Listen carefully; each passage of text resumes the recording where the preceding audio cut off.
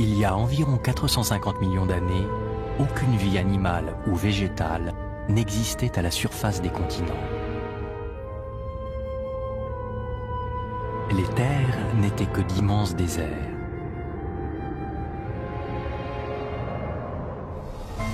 L'océan, par contre, regorgeait de vie. Nos ancêtres, à cette époque, étaient des sortes de poissons primitifs. Mais ils allaient bientôt devoir quitter ce milieu où la vie était apparue. Ce sont les grands mouvements permanents de la croûte terrestre qui allaient les y obliger. Les continents dérivaient et le plancher océanique se soulevait par à-coups. Les poissons durent s'adapter.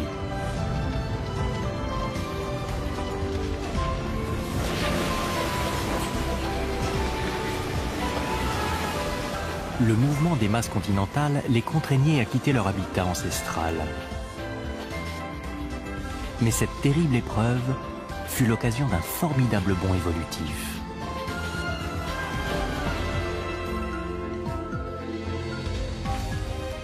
Les plantes avaient envahi la Terre bien avant les animaux. C'était maintenant leur tour de découvrir ces nouveaux horizons. Nos ancêtres développèrent alors des poumons, puis des pieds et des mains. La conquête de la Terre pouvait commencer.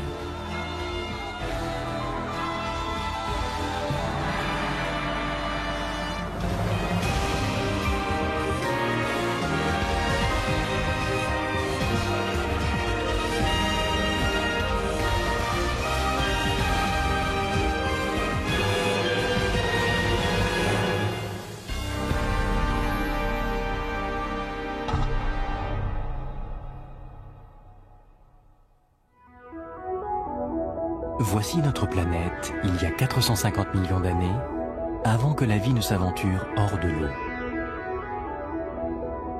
À cette époque, dans la zone de l'équateur, 3 continents de petite taille entouraient un océan.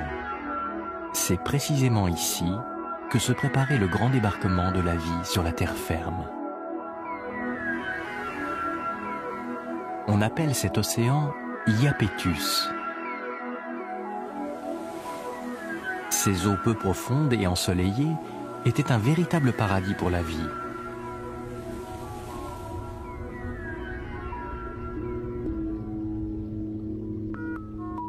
Des formes de vie très variées évoluaient parmi les immenses récifs coralliens de cet Éden aquatique.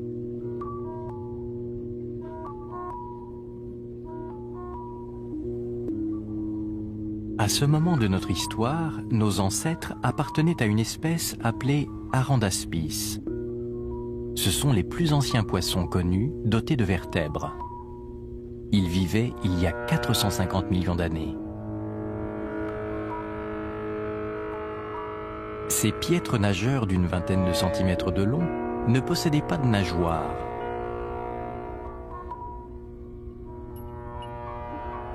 Arandaspis devait être assez pacifique. Il se nourrissait de microbes qu'il aspirait dans la vase.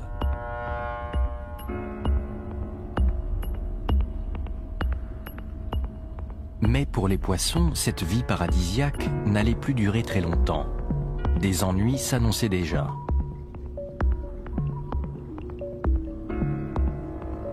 Quel genre d'ennui ? Les trilobites, une des espèces les plus répandues à cette période, nous permettent d'en deviner la nature.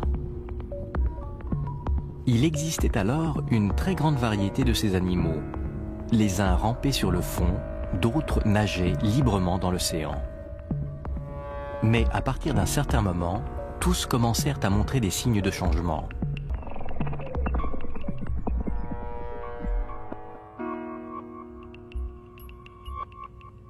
Le docteur Richard Forte, du Muséum d'histoire naturelle de Londres, parle d'un véritable bouleversement des formes des trilobites.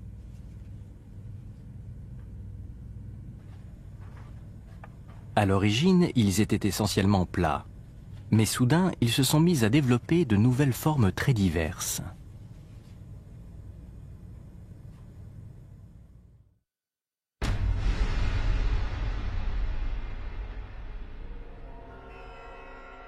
Le Dicranurus, par exemple, est apparu il y a 400 millions d'années. Les épines qui couvrent son corps lui donnent un aspect étrange. Qu'est-ce qui avait pu entraîner un tel changement chez les trilobites? Il est pratiquement certain qu'il s'agit d'une réaction défensive à une plus grande pression exercée par les différents prédateurs. En d'autres termes, la vie est devenue un peu plus difficile pour les trilobites, et une de leurs réponses a été d'améliorer leur carapace protectrice. Pourquoi la vie était-elle devenue plus difficile dans l'océan primordial? Selon le docteur Fortet, essentiellement à cause de la diminution des zones d'eau peu profondes qui avaient fourni un habitat idéal à de nombreuses espèces. Nous sommes ici dans le Shropshire, à l'ouest de l'Angleterre. Il y a 440 millions d'années, ces terres se trouvaient exactement à l'équateur. Une partie de l'océan Iapetus les recouvrait. Dans cette carrière de calcaire, on trouve de nombreuses preuves de la présence passée d'un riche écosystème océanique. Regardez celui-ci. C'est une chaîne de coraux tabulés. La présence de ces coraux fossilisés suggère une abondance de vie. Leur taille montre qu'ils se sont développés ici pendant plusieurs siècles. Mais à partir d'un moment précis, ce témoin de la richesse du milieu marin disparaît brusquement. Plus aucune trace de cette mer idyllique. Cette fois, ce ne sont ni l'impact d'un astéroïde, ni les productions de la vie qui ont causé ce bouleversement. C'est de l'intérieur de la planète qu'est venu le changement.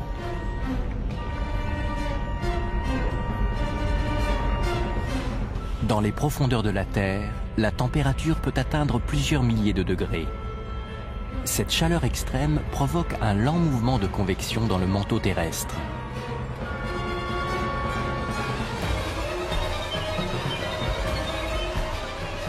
C'est ce mouvement qui entraîne les masses continentales dans une dérive sans fin à la surface de la planète. C'est cette dérive des continents qui a fait disparaître l'océan Iapetus.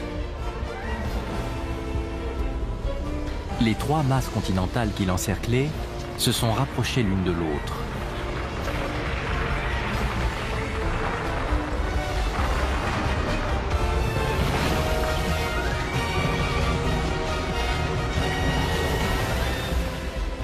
Une série de cataclysmes s'est alors produite et la superficie de la mer s'est trouvée réduite par l'avancée des continents.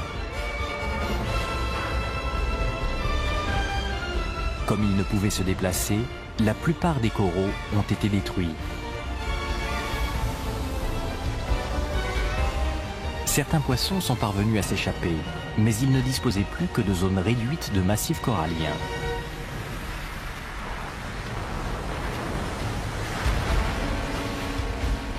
Les continents ne se déplacent que de quelques centimètres par an. Mais en quelques dizaines de millions d'années, ils firent disparaître l'océan qu'ils encerclaient. Le fond marin jadis tapissé de coraux fut brutalement surélevé et intégré aux terres émergées. Il y a 400 millions d'années, l'océan Iapetus avait cessé d'exister.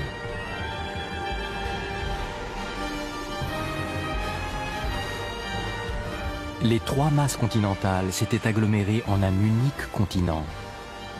Seuls son pourtour abritaient encore les mers coralliennes qui constituaient l'habitat privilégié des trilobites et des poissons.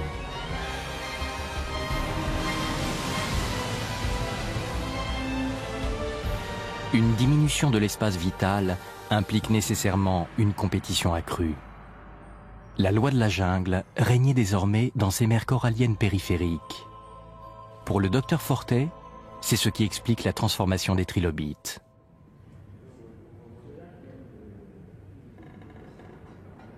Au Muséum d'histoire naturelle de Paris, on peut voir les fossiles des espèces qui dominaient cet univers d'eau peu profonde.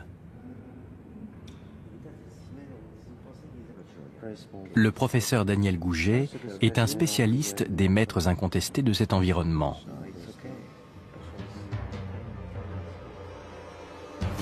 Ce sont les placodermes, des poissons équipés de puissantes mâchoires.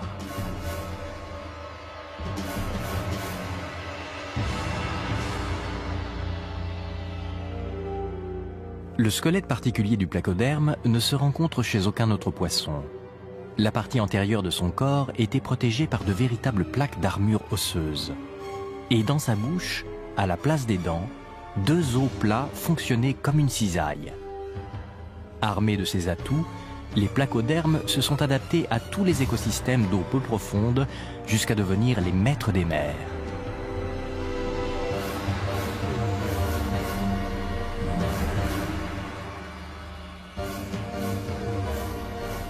Le Dincleosthésus est l'un de ces placodermes qui a atteint des tailles phénoménales. Certains spécimens mesuraient sans doute jusqu'à 6 mètres de long. Face à de tels monstres, nos ancêtres étaient bien désarmés.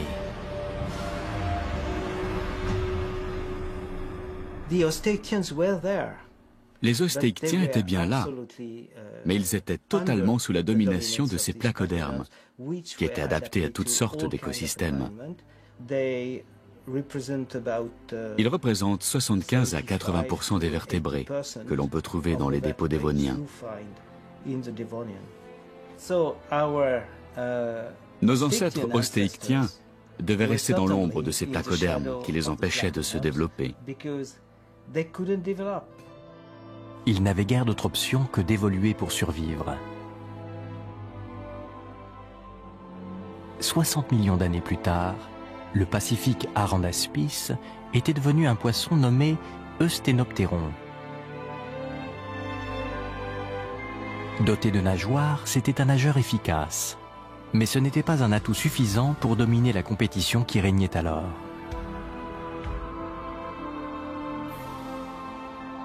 Dans ces eaux où les poissons géants étaient rois, les eusthénoptérons allaient devoir franchir une autre étape.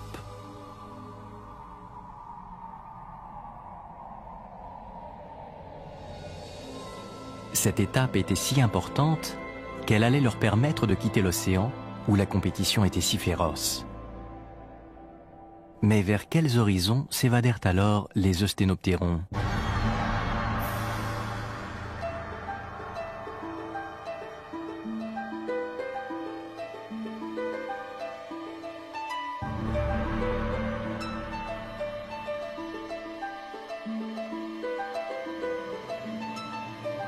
Cette carte peut nous aider à répondre.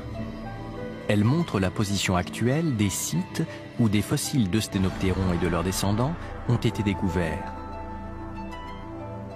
Si l'on remonte le temps pour voir où se trouvaient ces endroits il y a 400 millions d'années, on constate qu'ils faisaient partie d'une même masse continentale.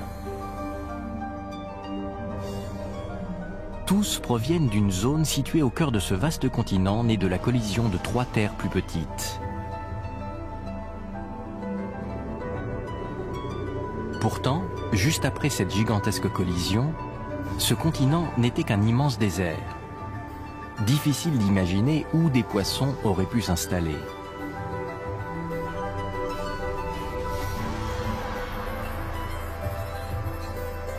Dans un environnement aussi hostile, où nos ancêtres avaient-ils bien pu trouver refuge ? Un indice nous est donné par une chaîne montagneuse le long de laquelle tous ces fossiles ont été trouvés. Elle souligne précisément l'endroit de la collision des continents originels.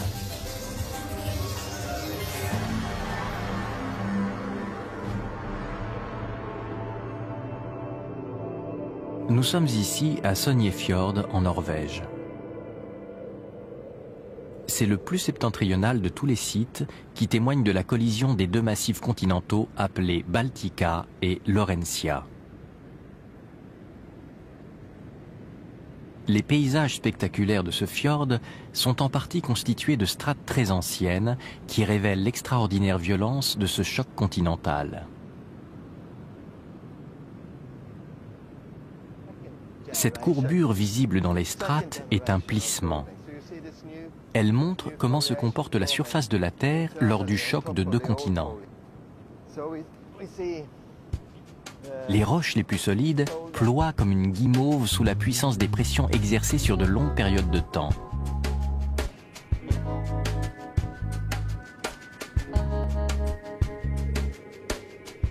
Des plissements des strates peuvent s'observer dans différents endroits du monde où des continents se sont percutés.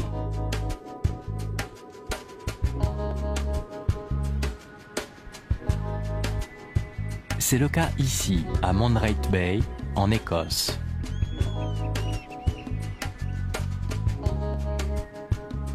Il y a 430 millions d'années, ce site faisait partie de l'océan Iapetus.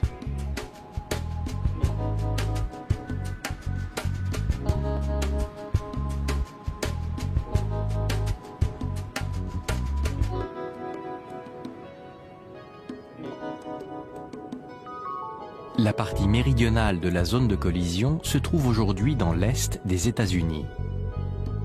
Nous sommes ici à Monadnock Mountain dans le New Hampshire.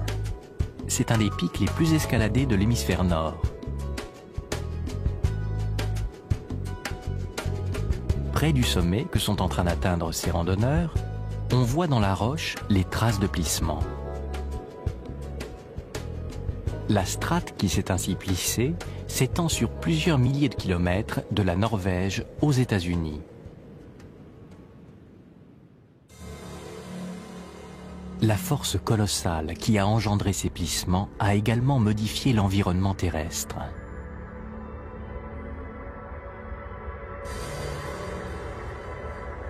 Il y a 400 millions d'années, après la disparition de l'océan Iapetus, la dérive des continents s'est poursuivie.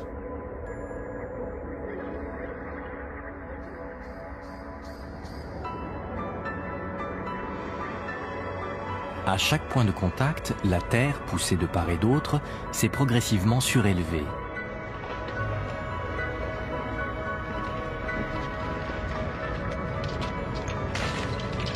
Durant 40 millions d'années, cette poussée s'est poursuivie et a donné naissance à une immense chaîne de montagnes que l'on appelle la chaîne calédonienne.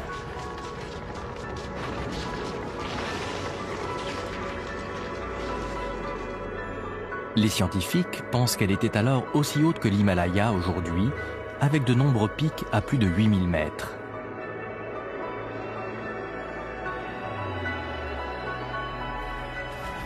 Les fossiles d'Eusthénoptéron et d'autres espèces anciennes ont été découverts amoncelés au pied de cette chaîne calédonienne. Pourquoi précisément à cet endroit ? Lorsque cette chaîne immense est apparue, elle a constitué un nouvel obstacle qui a arrêté la course des nuages et des torrents de pluie se sont abattus sur ses pentes.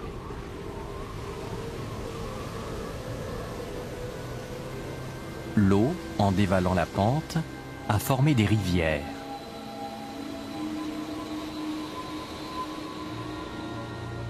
Un nouveau monde d'eau douce venait d'apparaître au cœur des terres.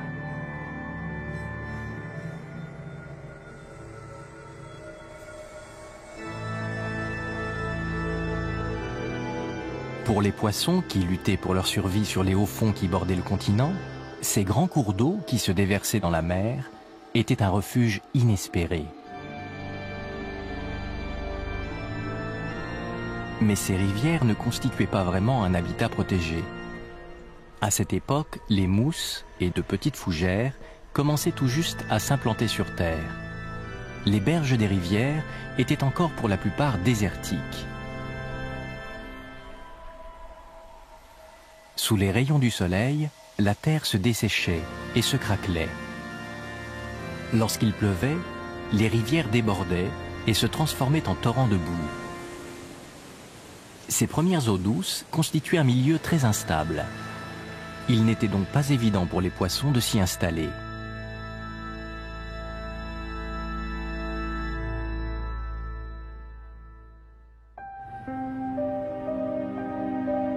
Ce qui devait transformer cet environnement hostile en un milieu plus accueillant, c'est la vie elle-même.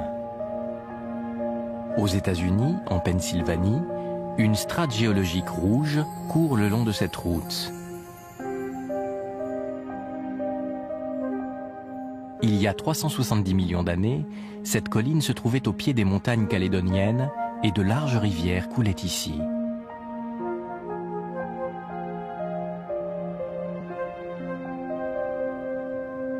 Des fossiles ont été découverts dans ces couches. ce sont ceux d'une espèce qui a contribué à la migration des poissons vers l'eau douce.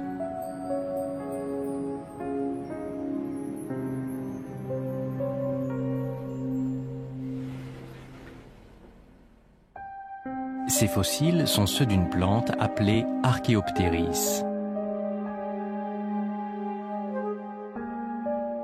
Il s'agit de l'arbre le plus ancien découvert à ce jour sur la Terre. Il est apparu il y a 370 millions d'années.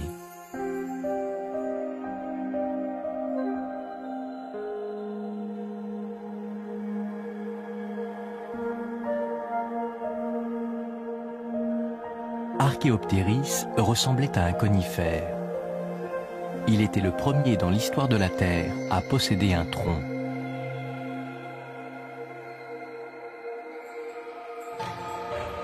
Ses racines se développaient en profondeur sur un large périmètre et l'ancraient solidement au sol. Son tronc s'épaississait chaque année et on pense qu'il pouvait atteindre 20 mètres de hauteur.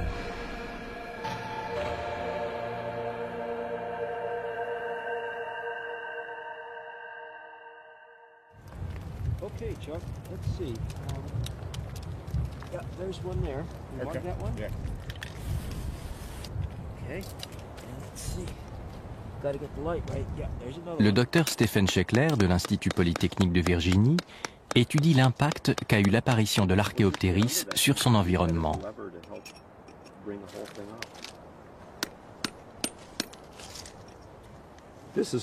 C'est une belle souche d'Archaeopteris, très représentative des arbres de cette époque. Elle doit faire 25 cm de diamètre.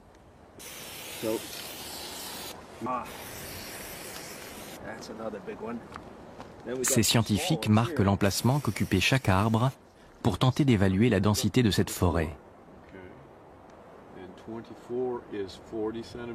L'Archaeopteris ne rencontrait sur Terre aucune autre plante de grande taille, et il colonisa rapidement toutes les berges des rivières.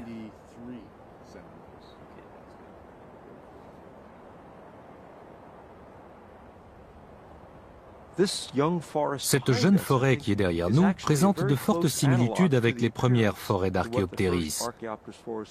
Ces arbres au tronc blanc qui sont actuellement dénudés ont à peu près la taille des premiers Archaeopteris. C'est l'ensemble de l'écosystème qui a été modifié par leur apparition. Ce qui était auparavant un milieu découvert, très peu productif, s'est transformé en un milieu couvert d'une canopée dense, au taux de productivité bien plus élevé. L'intérieur des continents était un environnement hostile pour les animaux avant l'apparition des Archaeopteris. Mais désormais, ces terres arides se couvraient des premières forêts que la Terre ait portées.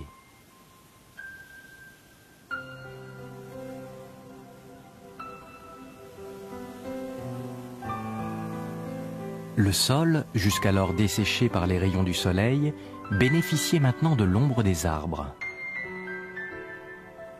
Des marécages et des étangs se formaient dans les forêts, créant au cœur des continents de plus en plus de zones habitables pour la faune aquatique. C'est ce moment précis que choisit notre ancêtre Eusthénoptéron pour quitter l'océan et s'installer dans ce nouveau monde d'eau douce.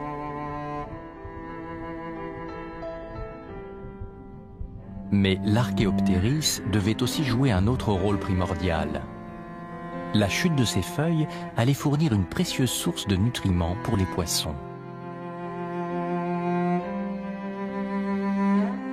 Les feuilles d'Archaeopteris, décomposées par les bactéries, vinrent ainsi nourrir la vie aquatique.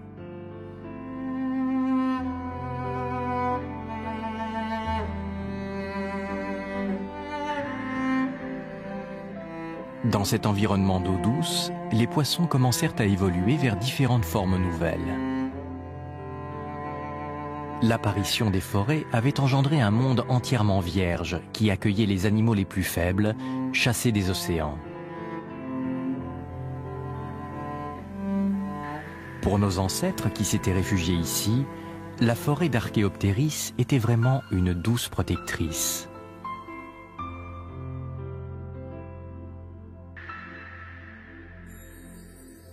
Mais sa naissance n'avait pas seulement créé les conditions d'un nouveau bond en avant dans l'évolution, elle amenait aussi son lot de catastrophes. Quels nouveaux problèmes la vie rencontrait-elle dans ces marécages qui venaient d'apparaître? C'est en Amérique du Sud que se trouve la réponse à cette question.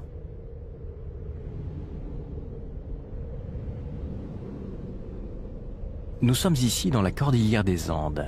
Cette chaîne de montagnes est aussi le résultat d'un choc de continents survenu il y a 400 millions d'années.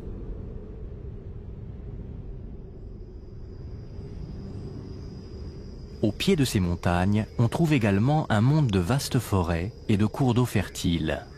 C'est l'Amazonie.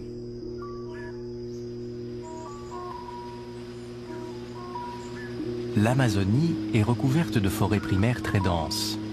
On trouve ici les espèces aquatiques les plus exotiques.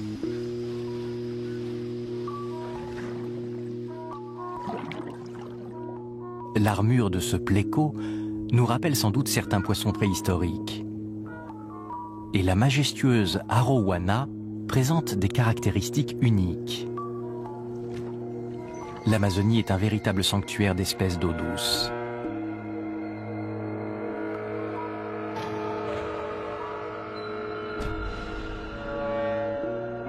Ici aussi, les feuilles et les branches immergées constituent de précieuses ressources nourricières pour les poissons. La matière organique fournie par les forêts alimente toute la richesse de l'écosystème amazonien. À l'ombre des Archéoptéris, nos ancêtres ont sans doute connu un monde proche de celui-ci.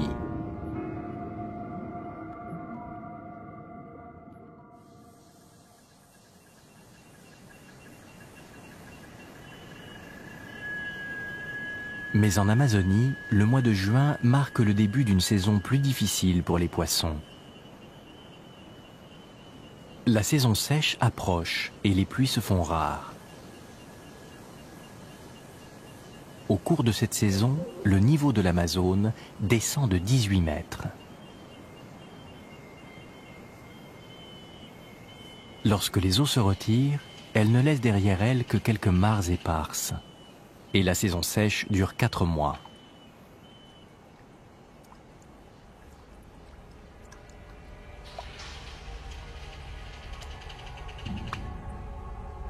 Ces poissons viennent respirer à la surface parce que les concentrations d'oxygène dans l'eau sont devenues insuffisantes. Lorsqu'il y a moins d'eau et que les températures sont plus élevées, les quantités d'oxygène dissoutes dans l'eau diminuent.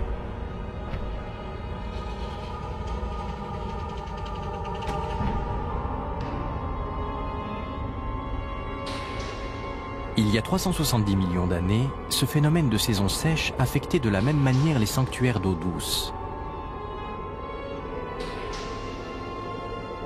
À la différence des vastes océans, le milieu des rivières et des lacs était assez précaire et l'eau manquait régulièrement de façon dramatique.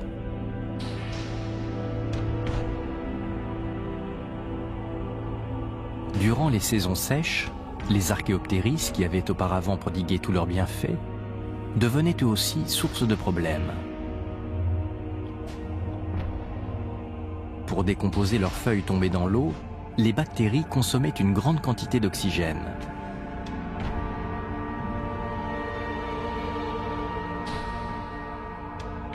Le grand défi posé à la vie par ce nouvel environnement d'eau douce était donc bien la raréfaction de l'oxygène.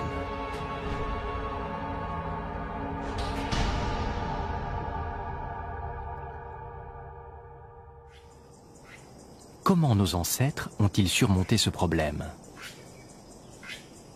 C'est également en Amazonie que se trouve la réponse.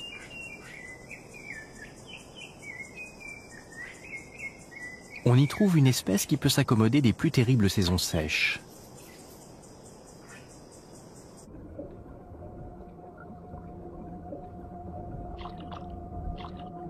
Ce poisson, qui vient de sortir sa tête de l'eau, respire en fait grâce à des poumons.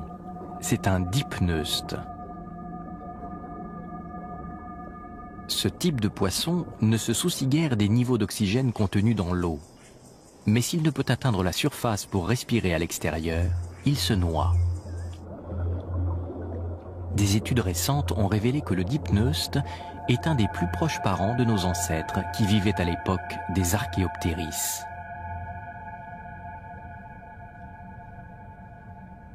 Le docteur Per Hallberg est un spécialiste de l'Osténoptéron. Il pense que lui aussi devait être équipé de poumons.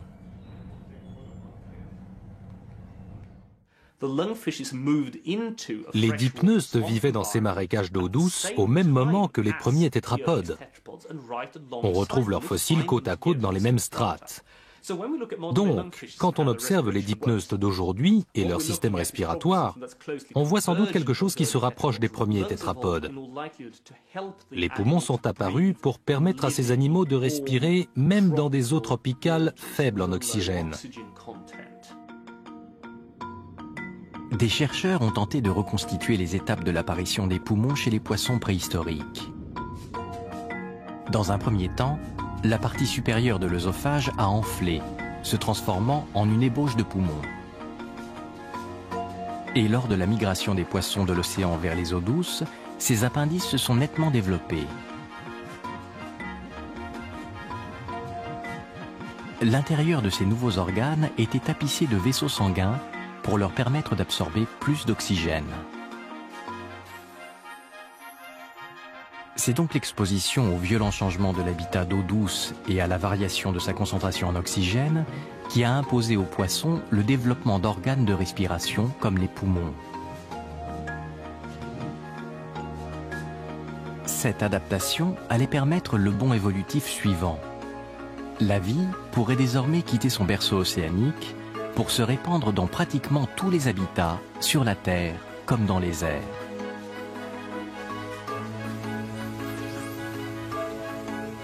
Mais les conséquences de cet événement s'observent aussi chez les animaux qui sont restés aquatiques.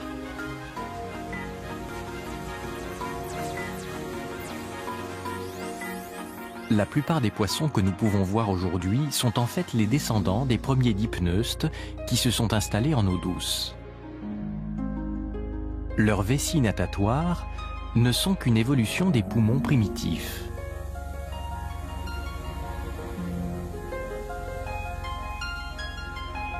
Presque tous les poissons qui étaient restés dans les océans devaient finir par disparaître. Le vide laissé par cette disparition fut vite comblé par ceux qui s'étaient échappés vers les eaux douces et avaient acquis des poumons. Ils revinrent dans l'océan où les problèmes de raréfaction d'oxygène n'existaient pas. Leurs poumons changèrent alors de fonction pour devenir des vessies natatoires. Ce nouvel avantage leur permettait une nage plus rapide, sans dépense supplémentaire d'énergie.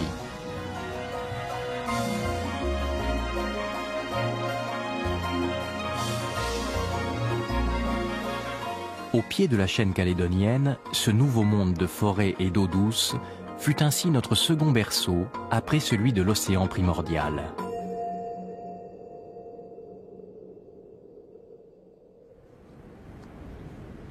Nos ancêtres étaient désormais équipés de poumons et s'étaient adaptés à ce nouveau milieu. Pour accéder à la terre ferme, il leur restait à développer des membres. Le docteur Jennifer Clack, de l'université de Cambridge, a découvert un fossile qui a permis de mieux comprendre comment nos mains sont apparues. Elle pratiquait des fouilles dans différents endroits du monde lorsqu'en 1987, elle découvrit dans l'est du Groenland un fossile provenant d'une strate vieille de 360 millions d'années.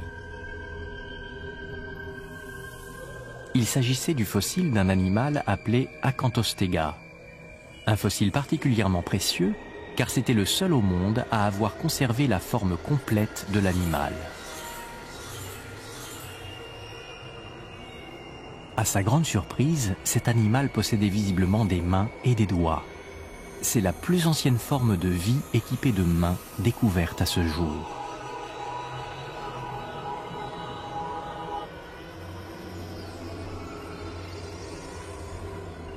Le docteur Clack réalisa des croquis détaillés d'Acanthostega. C'était un étrange animal ressemblant à un poisson doté de mains et de pieds. Il mesurait environ 1 mètre de long. Sa queue ressemblait à la nageoire caudale des poissons, mais son crâne était plus solide que celui d'un poisson et son cou était sans doute articulé.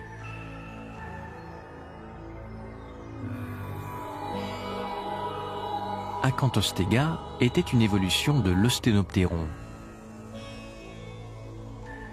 Ses nageoires pectorales étaient devenues des pattes antérieures et ses nageoires ventrales des pattes arrière.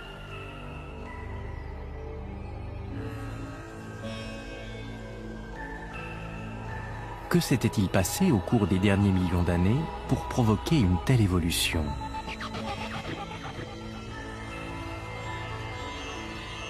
Les doigts d'Acanthostega posaient aussi un problème. Chaque membre antérieur en comportait 8.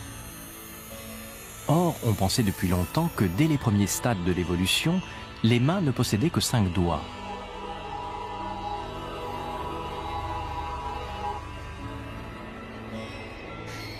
Les scientifiques pensaient aussi que les mains équipées de doigts n'étaient apparues qu'après l'installation d'animaux sur la terre ferme. La découverte d'une créature aquatique à 8 doigts avait donc bouleversé le monde scientifique. Il s'agissait d'une découverte révolutionnaire qui obligeait à envisager différemment l'apparition de la main. C'était extraordinaire parce que jusqu'alors, on pensait que les doigts avaient toujours été 5 et qu'on ne pouvait pas en avoir plus. Alors bien sûr, ça a relancé la réflexion sur l'origine des membres. Ça a changé complètement la façon d'imaginer leur apparition et leur développement. Le docteur Clack avait d'abord pensé que les mains et les pieds étaient apparus pour permettre la marche terrestre. Mais l'analyse du squelette écarta cette hypothèse.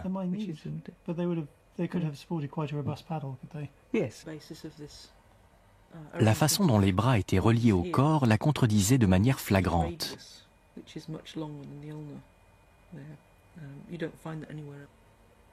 Les bras d'Acanthostega partent du corps à l'horizontale. Cette position ne leur permettait pas de supporter le poids de l'animal soumis sur la terre ferme à une plus forte gravité.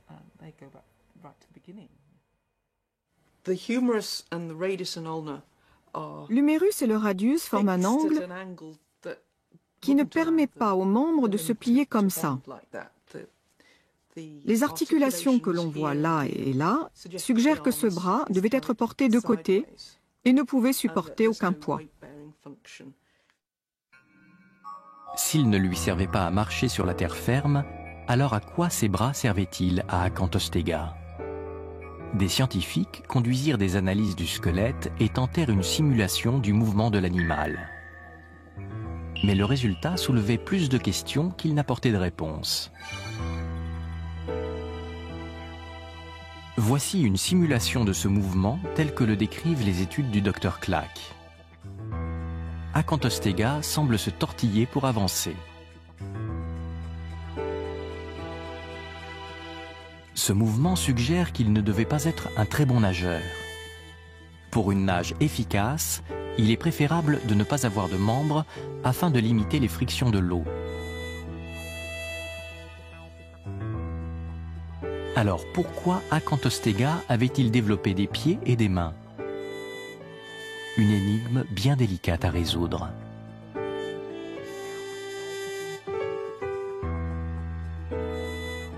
La lumière allait venir d'un endroit inattendu, Red Hill, où avaient été découverts les fossiles de la première forêt d'Archéoptéris.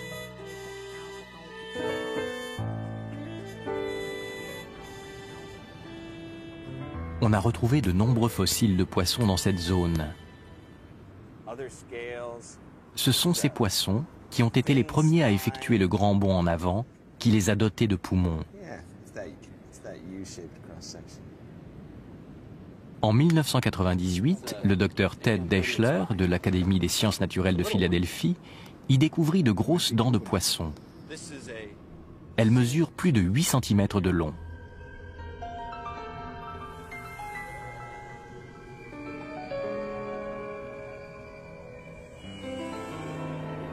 L'animal à qui elles appartenaient a été reconstitué à partir d'autres éléments fossilisés retrouvés près des dents. Il s'agissait d'un énorme poisson de 5 mètres de long, entièrement couvert d'écailles rigides.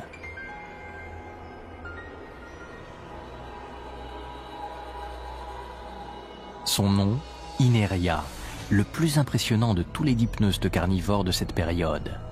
À cette époque, il était sans doute le roi des rivières.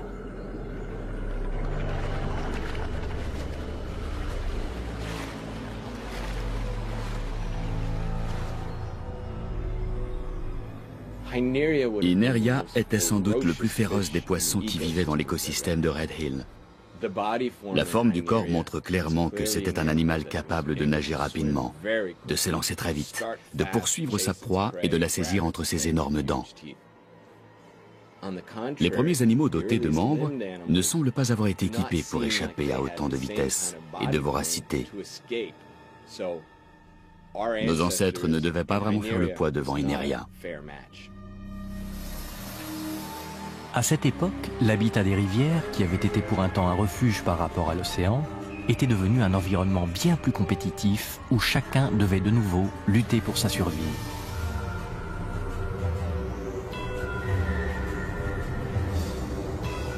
Loin des 5 mètres de long d'Ineria, Acanthosteга semblait bien vulnérable. Une fois repéré, il n'avait aucune chance d'échapper à une mort certaine.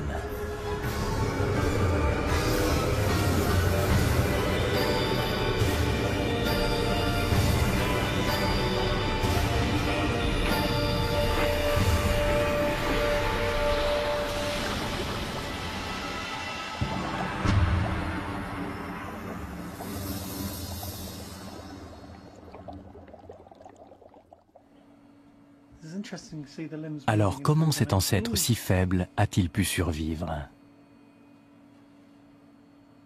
De nouveau se posait la question des mains. N'était-elle pas la clé d'une nouvelle stratégie? Le docteur Clack a alors émis une hypothèse révolutionnaire sur l'usage de ces nouveaux membres.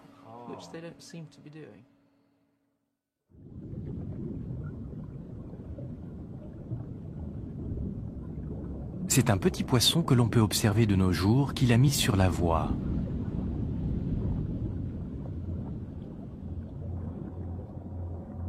Il s'agit d'un Brachionictis, en anglais henfish, le poisson-main. Il vit sur les fonds marins, mesure environ 10 cm de long et maîtrise aussi bien le mouvement de ses nageoires que s'il s'agissait de pieds ou de mains. Il les utilise pour se déplacer lentement sur le fond ou pour s'agripper à des rochers et guetter ses proies.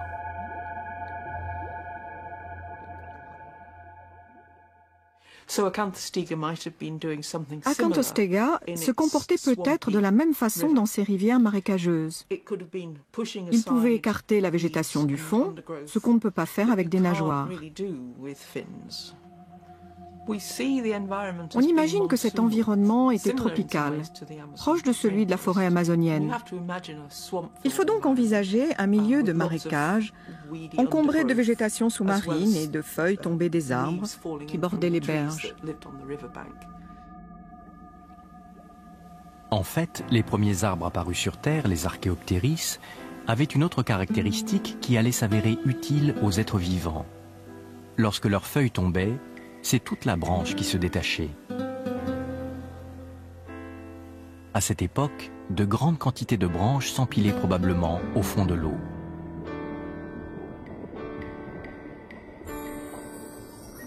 Selon le docteur Clack, c'est peut-être dans ces eaux peu profondes, parmi les entrelacs de branches, qu'Acanthostega avait élu domicile.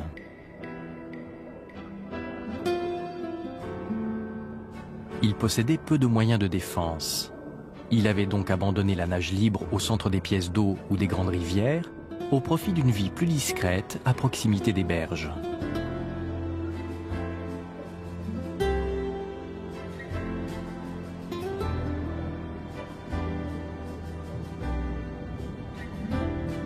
Et pour se dissimuler parmi les branches tombées, ses mains étaient sans doute très pratiques. Elles lui permettaient de se frayer un chemin dans les entrelacs de branches où il se nourrissait de petits poissons.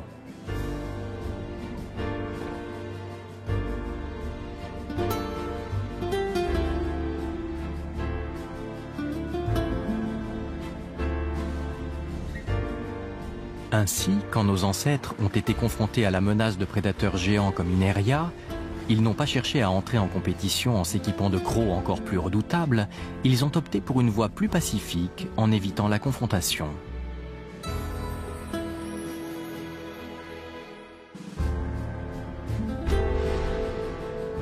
Cette option allait les conduire à effectuer un étonnant bond en avant dans l'évolution. Grâce à ses mains qui lui permettaient de se frayer un chemin entre les branchages, Acanthostega a ainsi pu vivre dans les eaux peu profondes des rivières, à l'abri des plus gros poissons.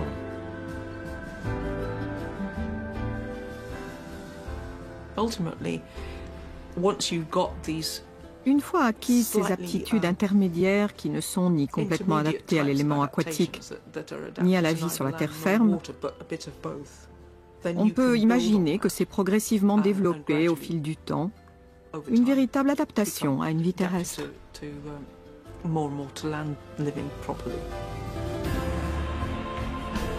Acanthostega était en fait une espèce faible qui s'est retrouvée dans un environnement très hostile.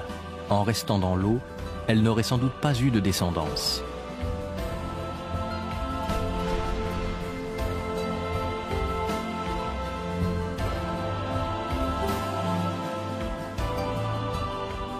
Mais à partir d'un certain moment, son regard s'est tourné vers une nouvelle frontière. Et après plusieurs millions d'années, il a franchi cette frontière. Nos ancêtres étaient alors prêts à vivre sur la terre ferme.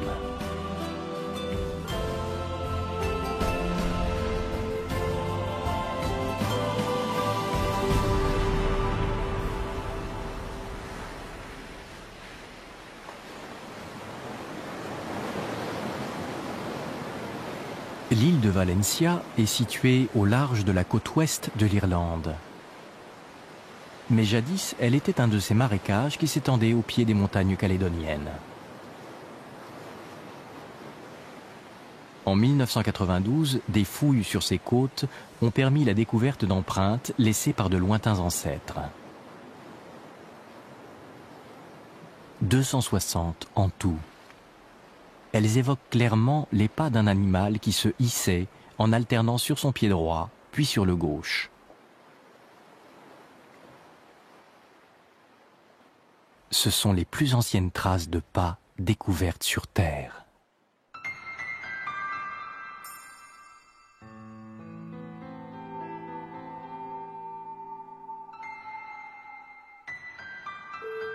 On pense que le premier animal qui a parcouru cette terre est apparu il y a 360 millions d'années.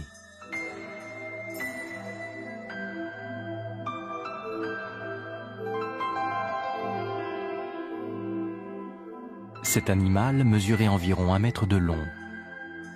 Il a été nommé Péderpès. C'était un des descendants d'Acanthostega. C'est un faible qui avait réussi ce tour de force.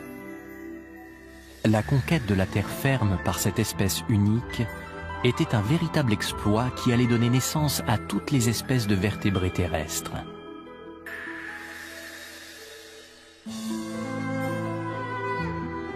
C'est parce que les terres dérivaient que la vie a été conduite à explorer leur surface. Et c'est sur cette terre en mouvement que s'est développé le processus évolutif qui a mené jusqu'à nous. Sur la terre ferme, l'évolution a connu une spectaculaire accélération. La surface des continents présentait des environnements bien plus variés que le fond des océans. L'horizon évolutif s'est élargi et un foisonnement d'espèces est apparu.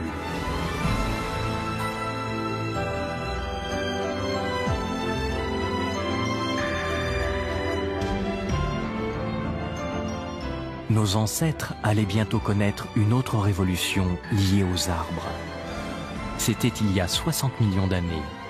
Cette fois, ces arbres étaient des angiospermes, des arbres porteurs de fruits.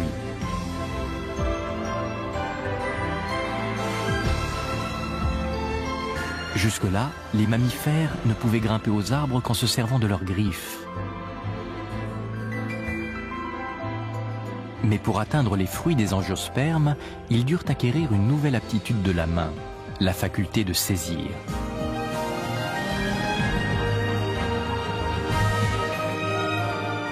Quand la position du pouce changea pour permettre à la main d'attraper, l'ère des primates, notre famille, commença.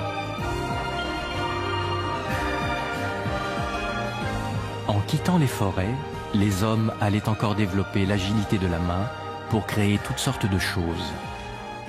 Les mains allaient même acquérir le pouvoir d'exprimer des sentiments et des émotions. Ces mains sont le résultat de l'évolution continuelle de la vie. Elles sont l'héritage que nous ont légué ces ancêtres qui se sont réfugiés dans les marécages il y a 400 millions d'années.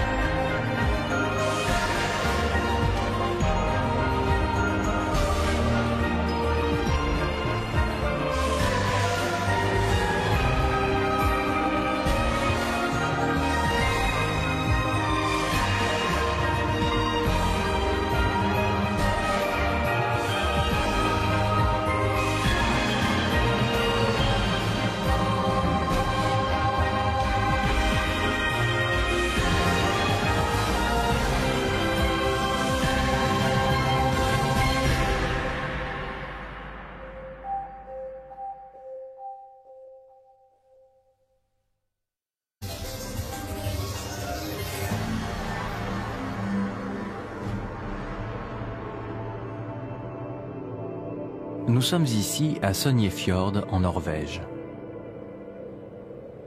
C'est le plus septentrional de tous les sites qui témoignent de la collision des deux massifs continentaux appelés Baltica et Laurentia. Les paysages spectaculaires de ce fjord sont en partie constitués de strates très anciennes qui révèlent l'extraordinaire violence de ce choc continental. Cette courbure visible dans les strates est un plissement. Elle montre comment se comporte la surface de la Terre lors du choc de deux continents. Les roches les plus solides ploient comme une guimauve sous la puissance des pressions exercées sur de longues périodes de temps.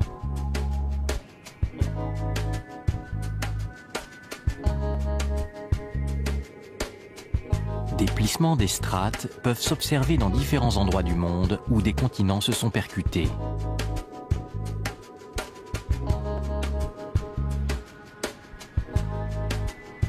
C'est le cas ici, à Mondraith Bay, en Écosse.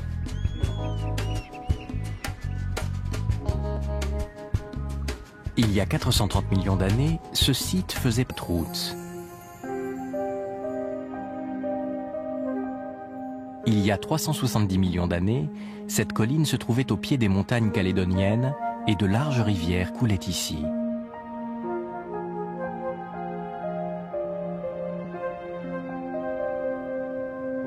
Des fossiles ont été découverts dans ces couches. Ce sont ceux d'une espèce qui a contribué à la migration des poissons vers l'eau douce.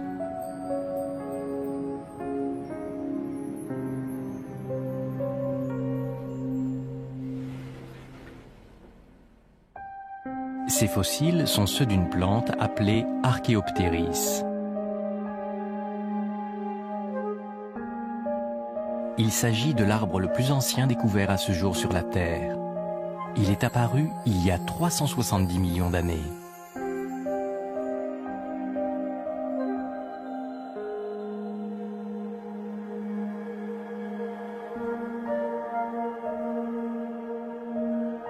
Archaeopteris ressemblait à un conifère. Il était le premier dans l'histoire de la Terre à posséder un tronc.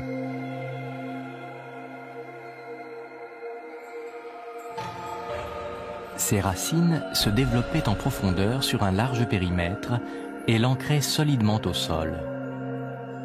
Son tronc s'épaississait chaque année, énigme bien délicate à résoudre.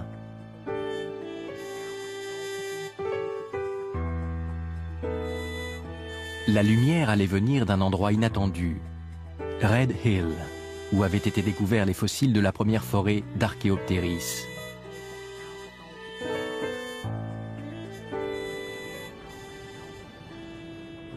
On a retrouvé de nombreux fossiles de poissons dans cette zone. Ce sont ces poissons qui ont été les premiers à effectuer le grand bond en avant, qui les a dotés de poumons. En 1998, le docteur Ted Deschler de l'Académie des sciences naturelles de Philadelphie y découvrit de grosses dents de poisson. Elles mesurent plus de 8 cm de long.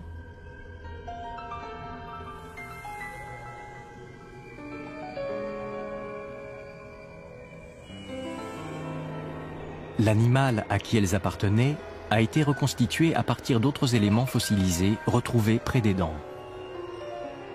Il s'agissait d'un énorme poisson de 5 mètres de long, entièrement couvert d'écailles rigides.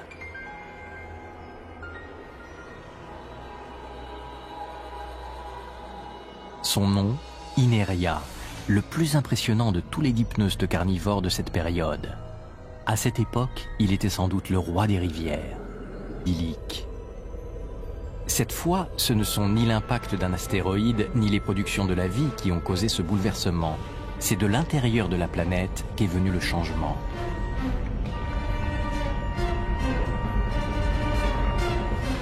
Dans les profondeurs de la Terre, la température peut atteindre plusieurs milliers de degrés.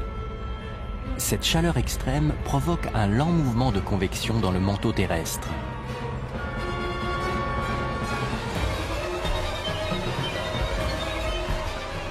C'est ce mouvement qui entraîne les masses continentales dans une dérive sans fin à la surface de la planète.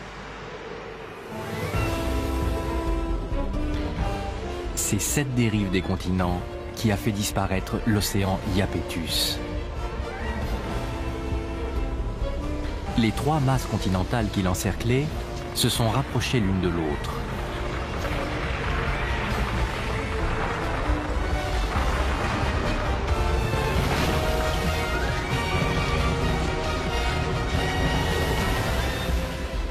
Une série de cataclysmes s'est alors produite et la superficie de la mer s'est trouvée réduite par l'avancée des continents.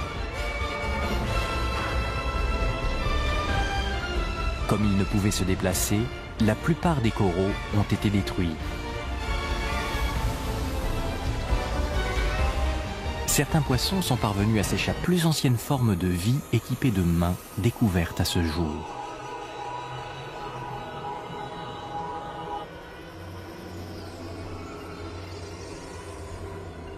Le docteur Clark réalisa des croquis détaillés d'Acanthostega. C'était un étrange animal ressemblant à un poisson doté de mains et de pieds.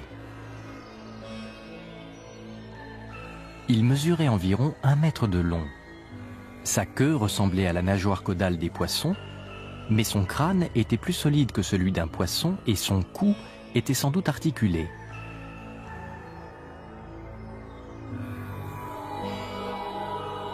Acanthostega était une évolution de l'Eusthénoptéron. Ses nageoires pectorales étaient devenues des pattes antérieures et ses nageoires ventrales des pattes arrière.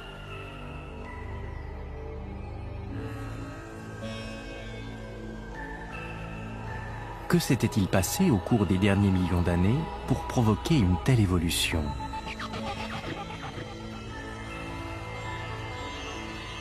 Les doigts d'Acanthostega posaient aussi un problème. Chaque membre antérieur en comportait 8. Or, on pensait depuis longtemps que dès les premiers stades de l'évolution, les mains ne possédaient que 5 doigts, en bond en avant, dans l'évolution. Grâce à ces mains qui lui permettaient de se frayer un chemin entre les branchages, Acanthostega a ainsi pu vivre dans les eaux peu profondes des rivières, à l'abri des plus gros poissons.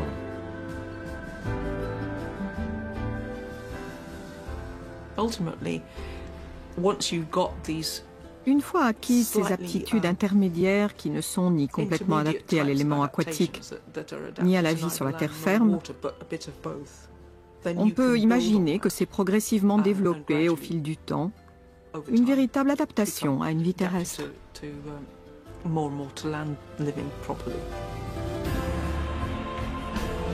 L'acantostega était en fait une espèce faible qui s'est retrouvée dans un environnement très hostile. En restant dans l'eau, elle n'aurait sans doute pas eu de descendance.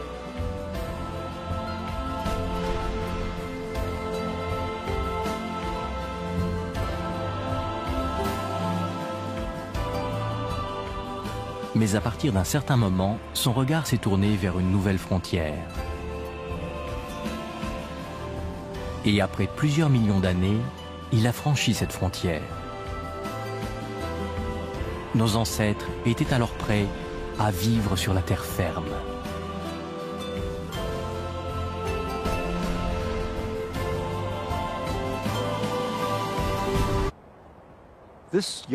Cette jeune forêt qui est derrière nous présente de fortes similitudes avec les premières forêts d'Archéoptéris. Ces arbres au tronc blanc qui sont actuellement dénudés ont à peu près la taille des premiers Archéoptéris.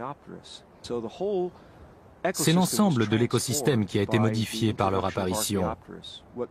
Ce qui était auparavant un milieu découvert, très peu productif, s'est transformé en un milieu couvert d'une canopée dense, au taux de productivité bien plus élevé. L'intérieur des continents était un environnement hostile pour les animaux avant l'apparition des Archéoptéris. Mais désormais, ces terres arides se couvraient des premières forêts que la Terre ait portées.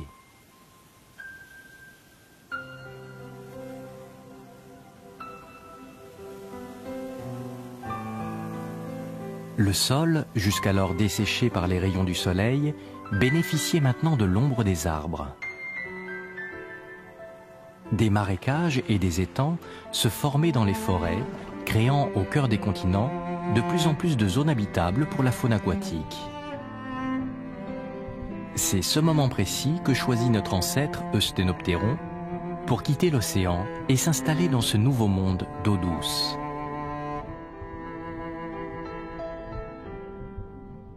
Mais l'Archéoptéris devait aussi jouer un autre précieuse ressource nourricière pour les poissons. La matière organique fournie par les forêts alimente toute la richesse de l'écosystème amazonien. À l'ombre des Archéoptéris, nos ancêtres ont sans doute connu un monde proche de celui-ci.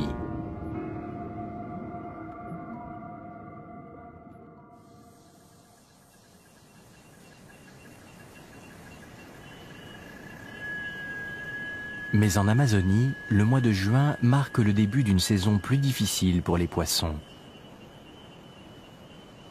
La saison sèche approche et les pluies se font rares. Au cours de cette saison, le niveau de l'Amazone descend de 18 mètres. Lorsque les eaux se retirent, elles ne laissent derrière elles que quelques mares éparses. Et la saison sèche dure 4 mois.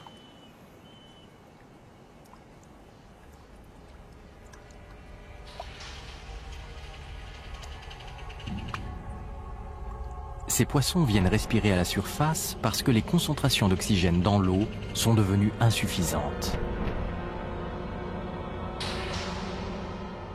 Lorsqu'il y a moins d'eau et que les températures sont plus élevées, les quantités d'oxygène dissoutes dans l'eau diminuent.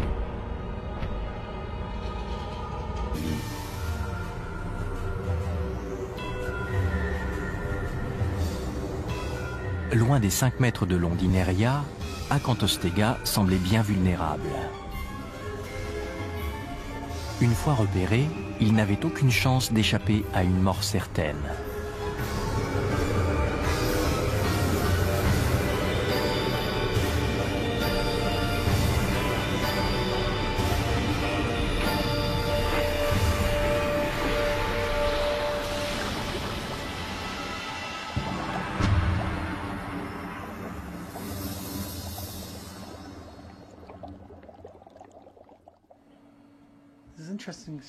Alors comment cet ancêtre si faible a-t-il pu survivre?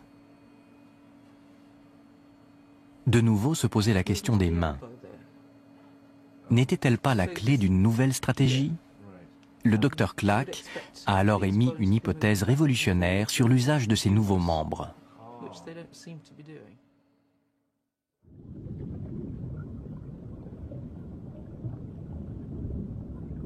C'est un petit poisson que l'on peut observer de nos jours qui l'a mis sur la voie.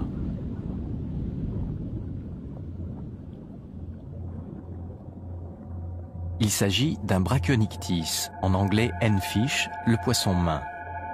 Il vit sur les fonds marins, mesurant solidement au sol. Son tronc s'épaississait chaque année et on pense qu'il pouvait atteindre 20 mètres de hauteur.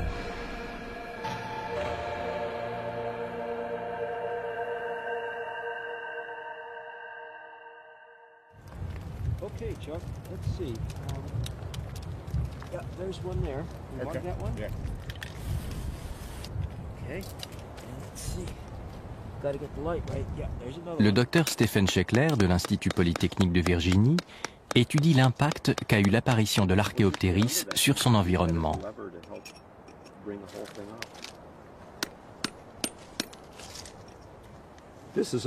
C'est une belle souche d'Archéoptéris, très représentative des arbres de cette époque. Elle doit faire 25 cm de diamètre.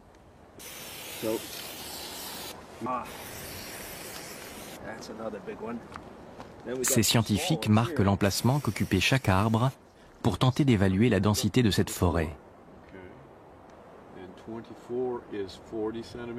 L'Archéoptéris ne rencontrait sur Terre aucune autre plante de grande taille, et il colonisa rapidement toutes les berges des rivières.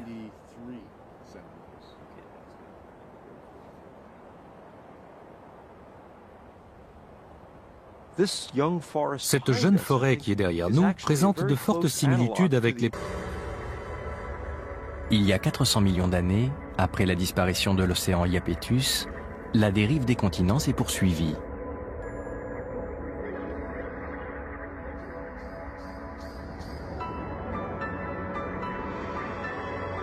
À chaque point de contact, la Terre, poussée de part et d'autre, s'est progressivement surélevée.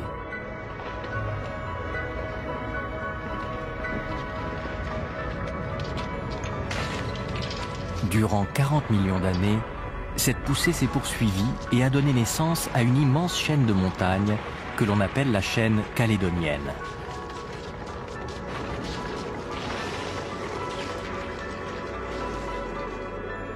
Les scientifiques pensent qu'elle était alors aussi haute que l'Himalaya aujourd'hui, avec de nombreux pics à plus de 8000 mètres.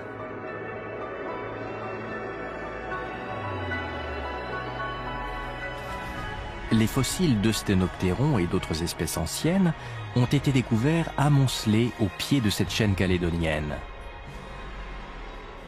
Pourquoi précisément à cet endroit? Lorsque cette chaîne immense est apparue, elle a constitué un nouvel obstacle qui a arrêté la course des nuages, et des torrents de pluie se sont abattus sur ses pentes.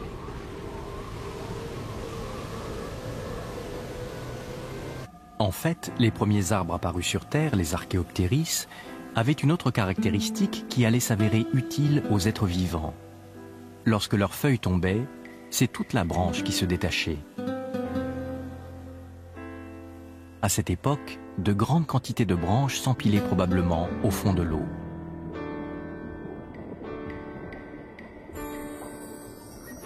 Selon le docteur Clack, c'est peut-être dans ces eaux peu profondes, parmi les entrelacs de branches, qu'Acanthostega avait élu domicile.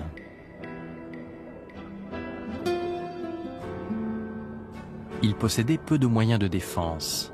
Il avait donc abandonné la nage libre au centre des pièces d'eau ou des grandes rivières, au profit d'une vie plus discrète à proximité des berges.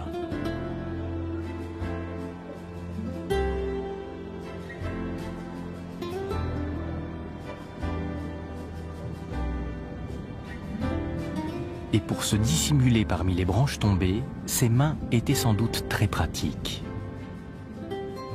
Elles lui permettaient de se frayer un chemin dans les entrelacs de branches où il se nourrissait de petits poissons.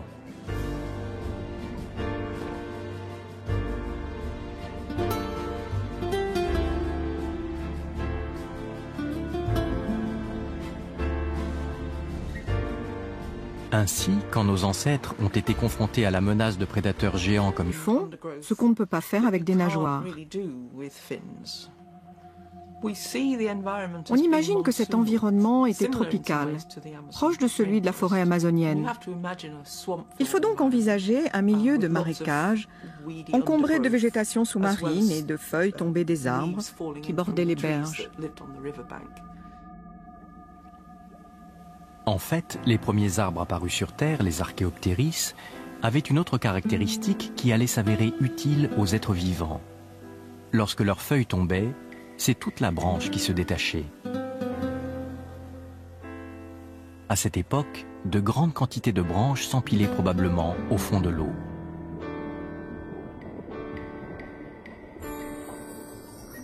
Selon le docteur Clack, c'est peut-être dans ces eaux peu profondes, parmi les entrelacs de branches, qu'Acanthostega avait élu domicile.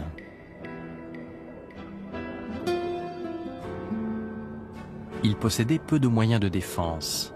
Il avait donc abandonné la nage libre au centre des pièces d'eau ou des grandes rivières, au profit d'une vie plus discrète à proximité des berges.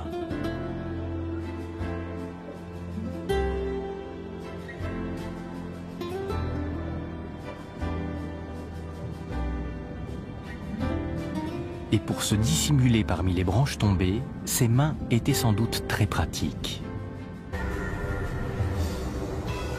Loin des 5 mètres de long d'Ineria, Acanthostega semblait bien vulnérable. Une fois repéré, il n'avait aucune chance d'échapper à une mort certaine.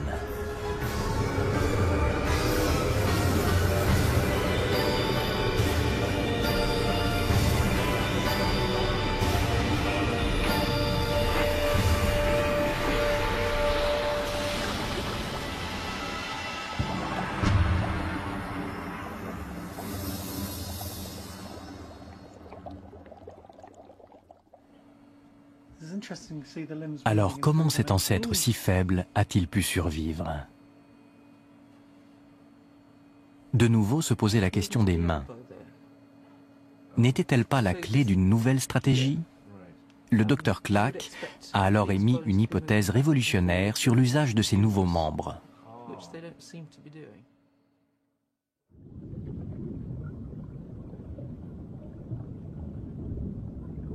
C'est un petit poisson que l'on peut observer de nos jours qui l'a mis sur la voie.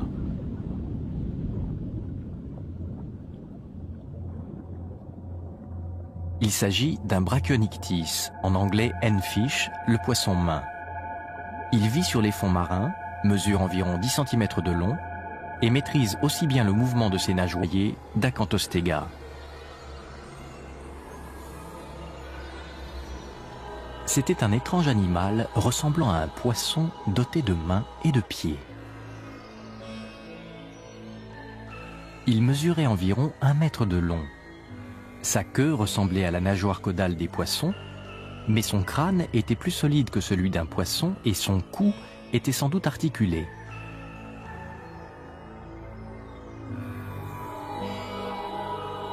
Acanthostega était une évolution de l'Eusthenopteron.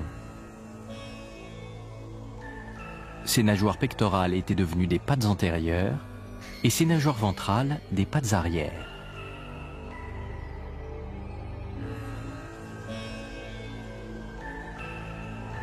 Que s'était-il passé au cours des derniers millions d'années pour provoquer une telle évolution?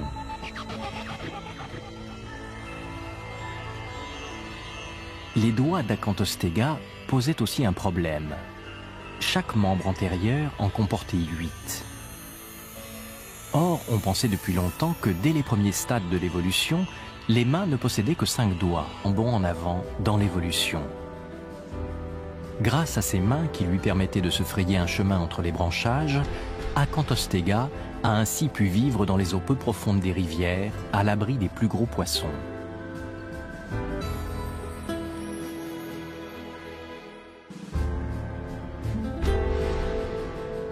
Cette option allait les conduire à effectuer un étonnant bond en avant dans l'évolution. Grâce à ses mains qui lui permettaient de se frayer un chemin entre les branchages, Acanthostega a ainsi pu vivre dans les eaux peu profondes des rivières, à l'abri des plus gros poissons.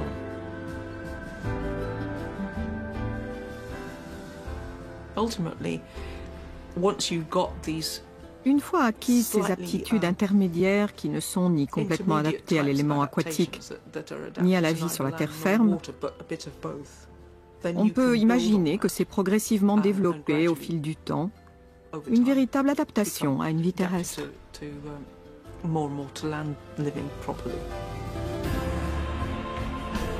Acantostega était en fait une espèce faible qui s'est retrouvée dans un environnement très hostile.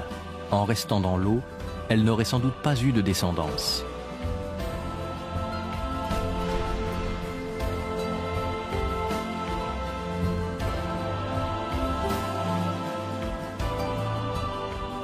Mais à partir d'un certain moment, son regard s'est tourné vers une nouvelle frontière. Et après plusieurs millions d'années, il a franchi cette frontière. Nos ancêtres étaient alors près de la même manière les sanctuaires d'eau douce. À la différence des vastes océans, le milieu des rivières et des lacs était assez précaire et l'eau manquait régulièrement de façon dramatique.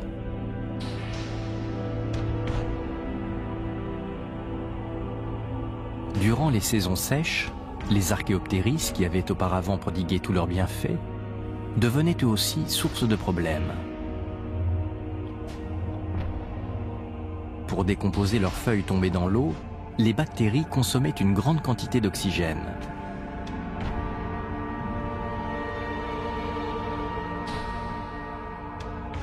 Le grand défi posé à la vie par ce nouvel environnement d'eau douce était donc bien la raréfaction de l'oxygène.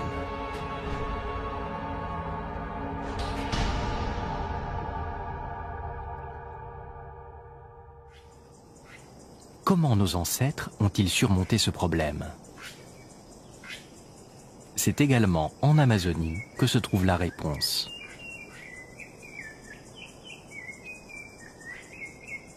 On y trouve une espèce qui peut s'accommoder des plus terribles saisons sèches.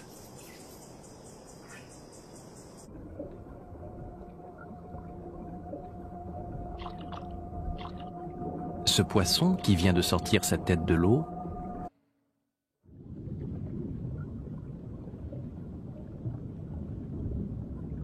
c'est un petit poisson que l'on peut observer de nos jours qu'il a mis sur la voie.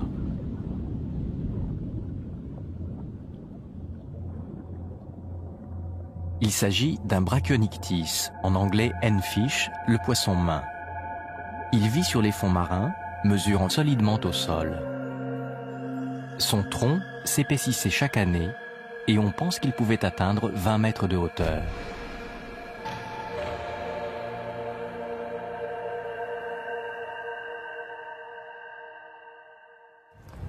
Okay, Chuck, let's see. Yeah, there's one there. You want that one? Yeah. Okay. And let's see.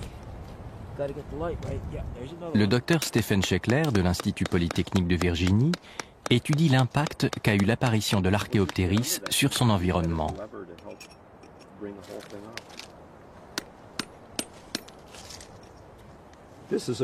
C'est une belle souche d'Archéoptéris, très représentative des arbres de cette époque. Elle doit faire 25 cm de diamètre.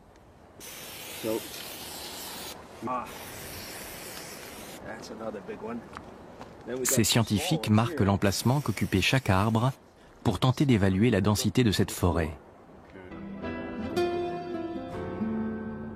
Il possédait peu de moyens de défense. Il avait donc abandonné la nage libre au centre des pièces d'eau ou des grandes rivières au profit d'une vie plus discrète à proximité des berges.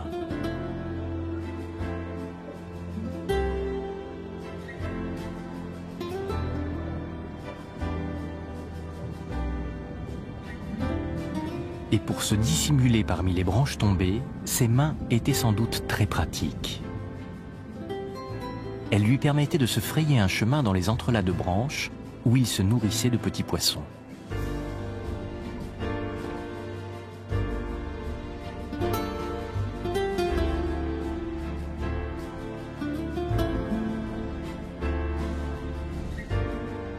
Ainsi, quand nos ancêtres ont été confrontés à la menace de prédateurs géants comme Ils font ce qu'on ne peut pas faire avec des nageoires. On imagine que cet environnement était tropical, proche de celui de la forêt amazonienne. Il faut donc envisager un milieu de marécage, encombré de végétation sous-marine et de feuilles tombées des arbres qui bordaient les berges. En fait, les premiers arbres apparus sur Terre, les Archéoptéris, avaient une autre caractéristique qui allait s'avérer utile aux êtres vivants. Lorsque leurs feuilles tombaient, c'est toute la... Nous sommes ici à Sognefjord, en Norvège. C'est le plus septentrional de tous les sites qui témoignent de la collision des deux massifs continentaux appelés Baltica et Laurentia. Les paysages spectaculaires de ce fjord sont en partie constitués de strates très anciennes qui révèlent l'extraordinaire violence de ce choc continental. Cette courbure visible dans les strates est un plissement. Elle montre comment se comporte la surface de la Terre lors du choc de deux continents. Les roches les plus solides ploient comme une guimauve sous la puissance des pressions exercées sur de longues périodes de temps.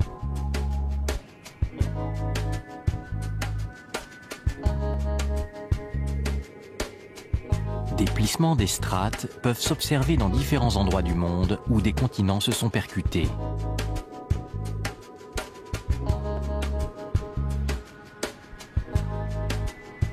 C'est le cas ici, à Mondraith Bay, en Écosse.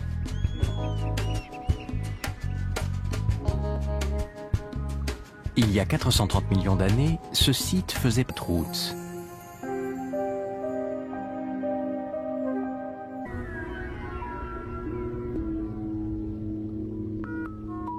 Des formes de vie très variées évoluaient parmi les immenses récifs coralliens de cet Éden aquatique.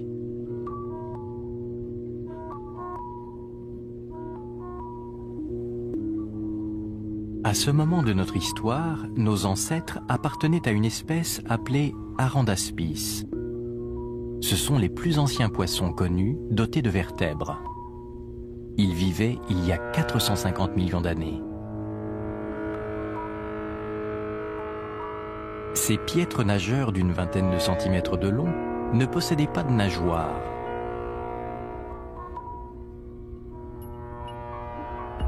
Arandaspis devait être assez pacifique.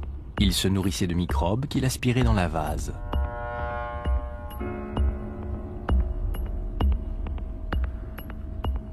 Mais pour les poissons, cette vie paradisiaque n'allait plus durer très longtemps. Des ennuis s'annonçaient déjà.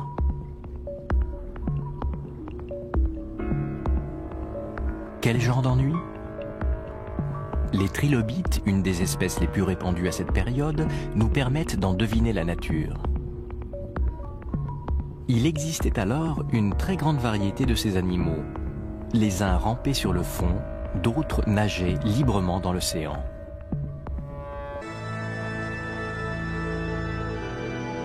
Pour les poissons qui luttaient pour leur survie sur les hauts fonds qui bordaient le continent, ces grands cours d'eau qui se déversaient dans la mer étaient un refuge inespéré.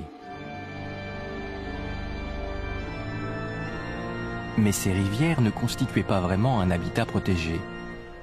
À cette époque, les mousses et de petites fougères commençaient tout juste à s'implanter sur Terre.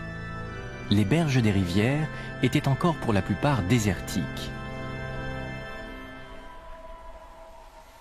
Sous les rayons du soleil, la terre se desséchait et se craquelait. Lorsqu'il pleuvait, les rivières débordaient et se transformaient en torrents de boue. Ces premières eaux douces constituaient un milieu très instable. Il n'était donc pas évident pour les poissons de s'y installer.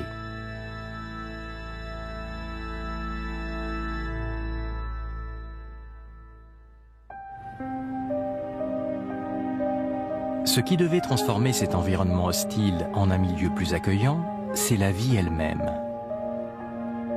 Aux États-Unis, en Pennsylvanie, une strate géologique rouge court le long de cette route. Il y a 370 millions d'années, cette colline se trouvait au pied des montagnes calédoniennes et de larges rivières coulaient ici. La matière organique fournie par les forêts alimente toute la richesse de l'écosystème amazonien. À l'ombre des Archéoptéris, nos ancêtres ont sans doute connu un monde proche de celui-ci.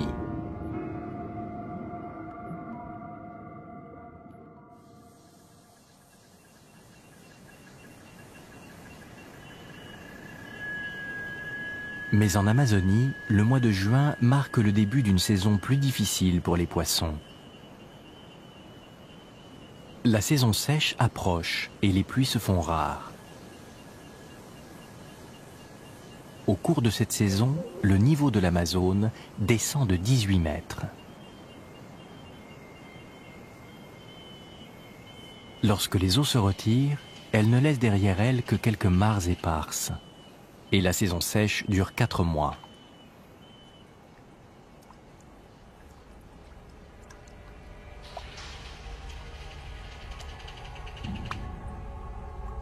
Ces poissons viennent respirer à la surface parce que les concentrations d'oxygène dans l'eau sont devenues insuffisantes.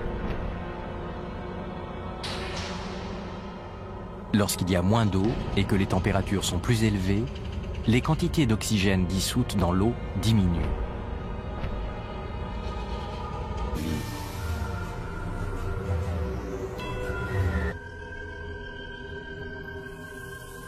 Il s'agissait du fossile d'un animal appelé Acanthostega, un fossile particulièrement précieux car c'était le seul au monde à avoir conservé la forme complète de l'animal. À sa grande surprise, cet animal possédait visiblement des mains et des doigts. C'est la plus ancienne forme de vie équipée de mains découverte à ce jour.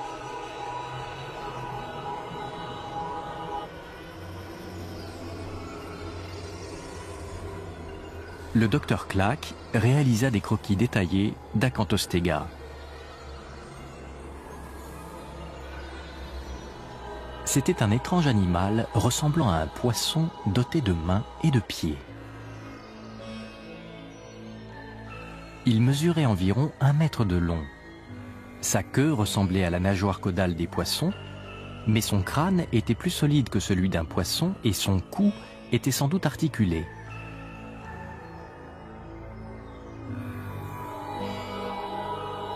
Acanthostega était une évolution de l'Eusthénoptéron. Ses nageoires pectorales étaient devenues des pattes antérieures et ses nageoires ventrales des pattes arrière.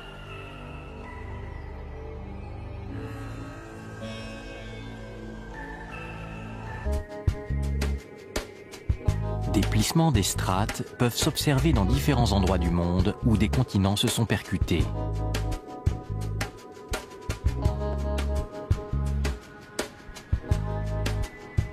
C'est le cas ici, à Mondraith Bay, en Écosse.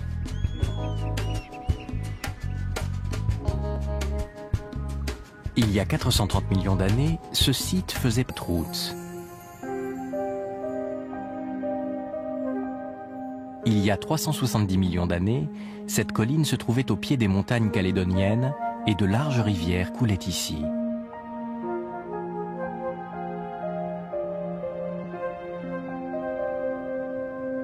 Des fossiles ont été découverts dans ces couches. Ce sont ceux d'une espèce qui a contribué à la migration des poissons vers l'eau douce.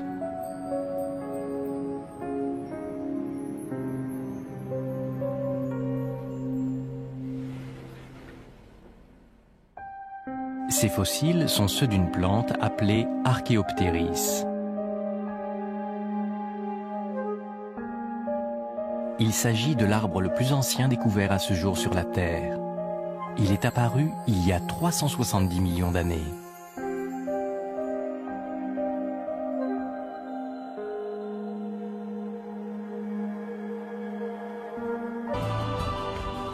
Mais à partir d'un certain moment, son regard s'est tourné vers une nouvelle frontière. Et après plusieurs millions d'années, il a franchi cette frontière. Nos ancêtres étaient alors prêts à vivre sur la terre ferme.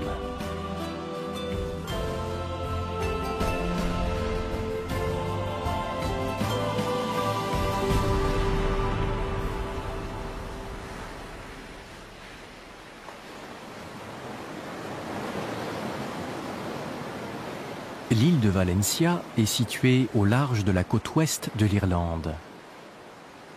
Mais jadis, elle était un de ces marécages qui s'étendaient au pied des montagnes calédoniennes. En 1992, des fouilles sur ces côtes ont permis la découverte d'empreintes laissées par de lointains ancêtres. 260 en tout. Elles évoquent clairement les pas d'un animal qui se hissait en alternant sur son pied droit, puis sur le gauche. Ce sont les plus anciennes traces de pas découvertes sur Terre.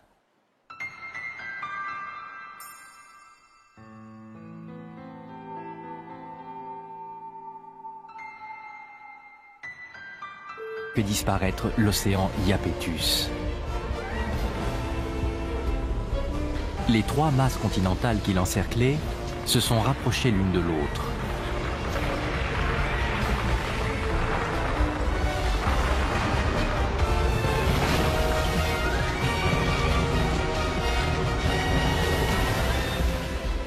Une série de cataclysmes s'est alors produite et la superficie de la mer s'est trouvée réduite par l'avancée des continents.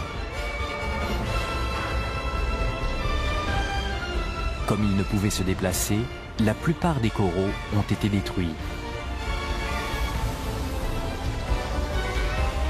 Certains poissons sont parvenus à s'échapper, mais ils ne disposaient plus que de zones réduites de massifs coralliens.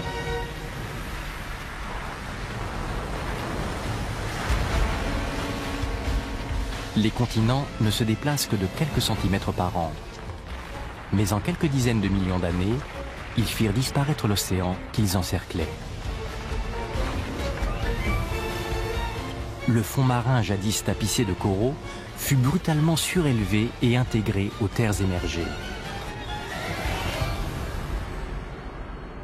Il y a 400 millions d'années, l'océan Iapetus avait cessé d'exister.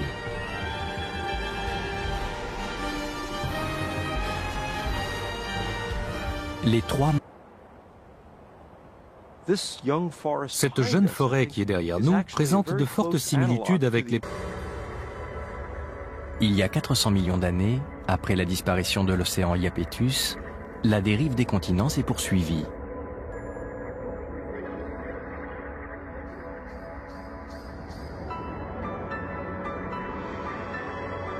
À chaque point de contact, la Terre, poussée de part et d'autre, s'est progressivement surélevée.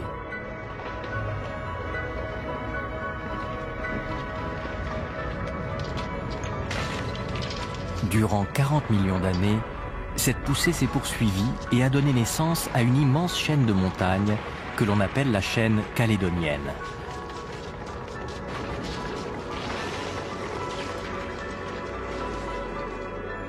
Les scientifiques pensent qu'elle était alors aussi haute que l'Himalaya aujourd'hui, avec de nombreux pics à plus de 8000 mètres.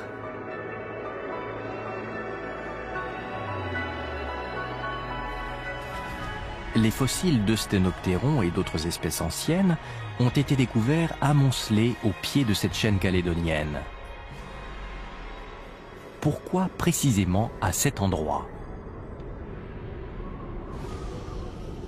Lorsque cette chaîne immense est apparue, elle a constitué un nouvel obstacle qui a arrêté la course des nuages et des torrents. La saison sèche dure 4 mois.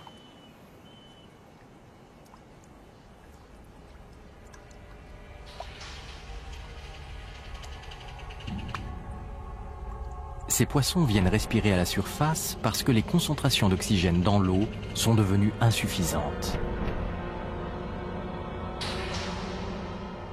Lorsqu'il y a moins d'eau et que les températures sont plus élevées, les quantités d'oxygène dissoutes dans l'eau diminuent.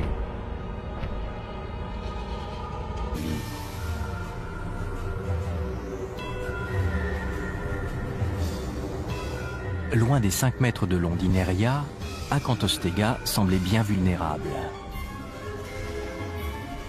Une fois repéré, il n'avait aucune chance d'échapper à une mort certaine.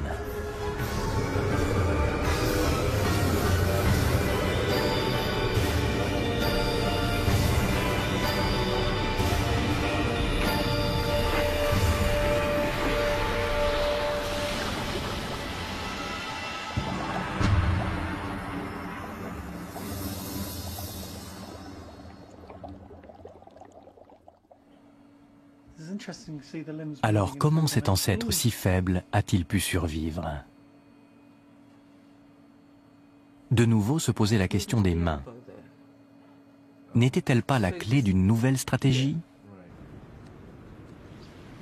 Le docteur Jennifer Clack, de l'université de Cambridge, a découvert un fossile qui a permis de mieux comprendre comment nos mains sont apparues.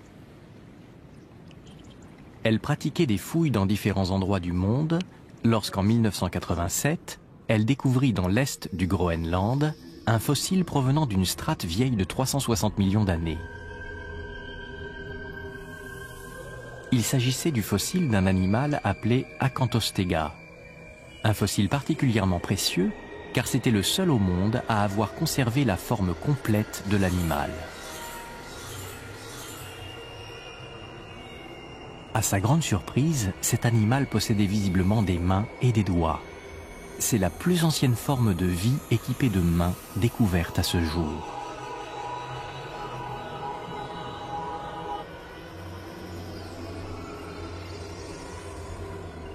Le docteur Clack réalisa des croquis détaillés d'Acanthostega. C'était un étrange animal ressemblant à un poisson doté de mains et de pieds. Il mesurait environ 1 mètre de long. Sa queue ressemblait à la nageoire caudale des poissons, mais son crâne était plus solide que celui d'un poisson et son cou était sans doute articulé. Dans les profondeurs de la Terre, la température peut atteindre plusieurs milliers de degrés. Cette chaleur extrême provoque un lent mouvement de convection dans le manteau terrestre.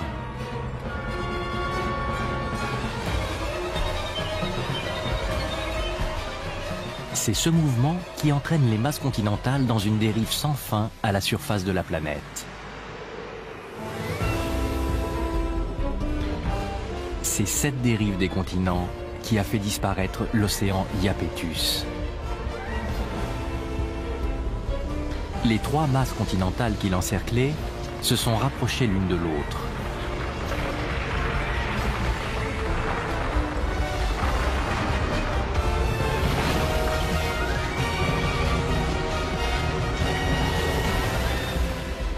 Une série de cataclysmes s'est alors produite et la superficie de la mer s'est trouvée réduite par l'avancée des continents. Comme ils ne pouvaient se déplacer, la plupart des coraux ont été détruits. Certains poissons sont parvenus à s'échapper, mais ils ne disposaient plus que de zones réduites de massifs coralliens.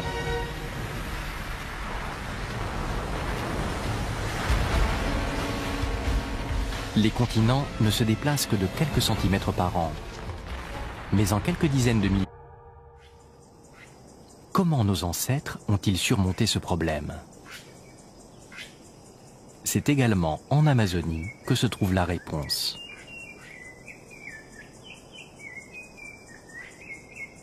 On y trouve une espèce qui peut s'accommoder des plus terribles saisons sèches.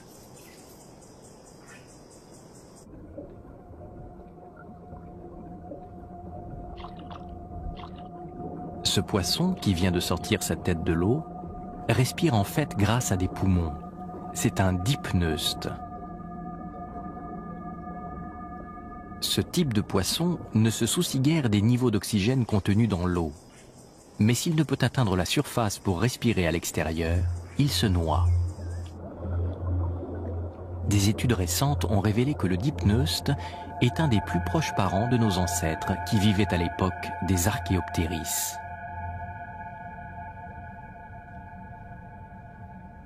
Le docteur Per Hallberg est un spécialiste de l'Osténoptéron. Il pense que lui aussi devait être équipé de poumons.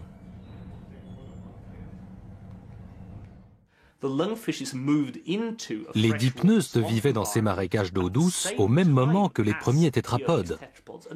On retrouve leurs fossiles côte à côte dans les mêmes strates.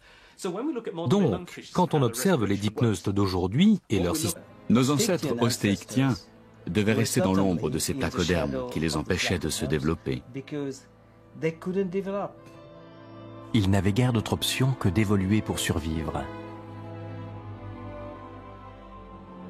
60 millions d'années plus tard, le Pacifique Arandaspis était devenu un poisson nommé Eusthénoptéron. Doté de nageoires, c'était un nageur efficace. Mais ce n'était pas un atout suffisant pour dominer la compétition qui régnait alors.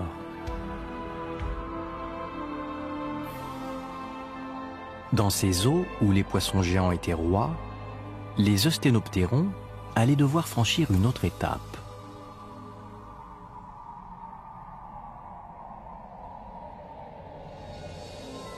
Cette étape était si importante qu'elle allait leur permettre de quitter l'océan où la compétition était si féroce. Mais vers quels horizons s'évadèrent alors les eusthénoptérons ?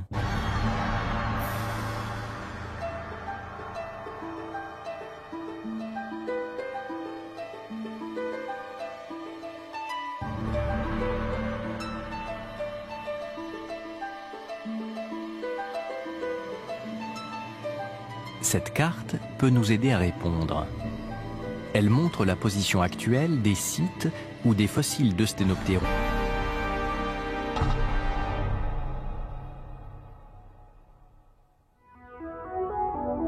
Voici notre planète, il y a 450 millions d'années, avant que la vie ne s'aventure hors de l'eau. À cette époque, dans la zone de l'équateur, 3 continents de petite taille entouraient un océan. C'est précisément ici que se préparait le grand débarquement de la vie sur la terre ferme. On appelle cet océan Iapetus.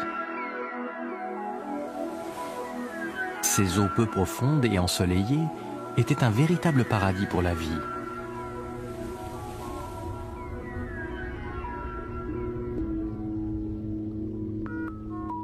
Des formes de vie très variées évoluaient parmi les immenses récifs coralliens de cet Éden aquatique.